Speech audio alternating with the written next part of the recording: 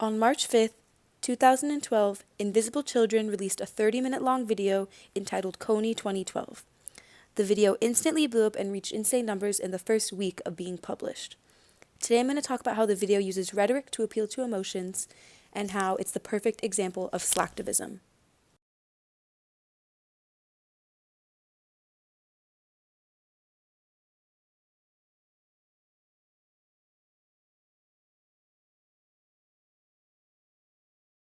First, the video starts off with Jason Russell, one of the three founders, along with Bobby Bailey and Lauren Poole. They started the company in 2004, and this is what they wrote straight from their website. The United Nations called the LRA crisis in northern Uganda the most forgotten, neglected humanitarian emergency in the world. Invisible Children was founded to change that and to fight against the false notion that our responsibility to each other stops at our own nation's borders. The three of them went to Uganda in 2003 and saw the crisis that was going on with the LRA. They had an old video camera and decided to start shooting this video. Their main purpose of the video was to make Kony famous. Along with Kony being famous, though, this would also bring a lot of attention to Jason Russell, and I'll talk about that later. This was one of the first viral videos that blew up this fast and also gained this amount of traction and commotion with the first week of being posted. The video uses rhetoric to appeal to our emotions and make us feel guilty or bad so we feel more inclined to help. Their main focus is children. It's in the name of their foundation. They show clips of the children sleeping together on the floor, sad music in the background, direct quotes from the children, and use editing to make it more dramatic. Obviously, this is going to make people want to donate. Come here to save our life.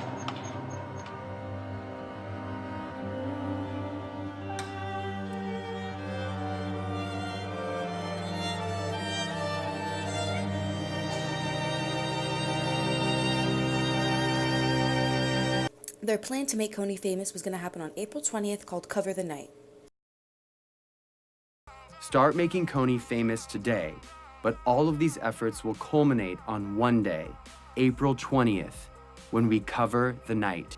They were selling these small action kit boxes that included t-shirts, stickers, posters to spread all the awareness about Kony. Slacktivism is defined as the practice of supporting a political or social cause by means such as social media or online petitions, characterized as involving very little effort or commitment.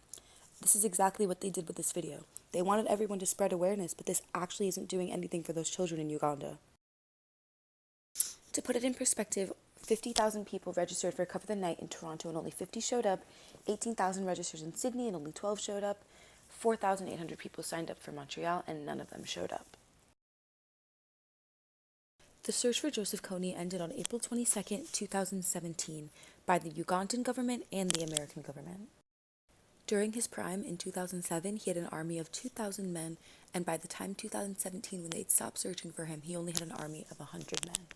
So yes, Kony is still out there somewhere in Central Africa, but he hasn't been as powerful since 2007, so he's not a threat anymore. Jason Russell, on the other hand, had a mental breakdown about 2 weeks later, which involved him running around the streets naked and cursing. Right back to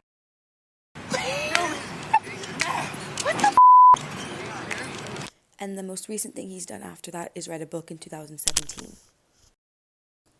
So in conclusion, this video is the perfect example of slacktivism in my opinion, because it shows how a whole video and movement can be started and things can happen and the world can go crazy, but nothing will actually happen.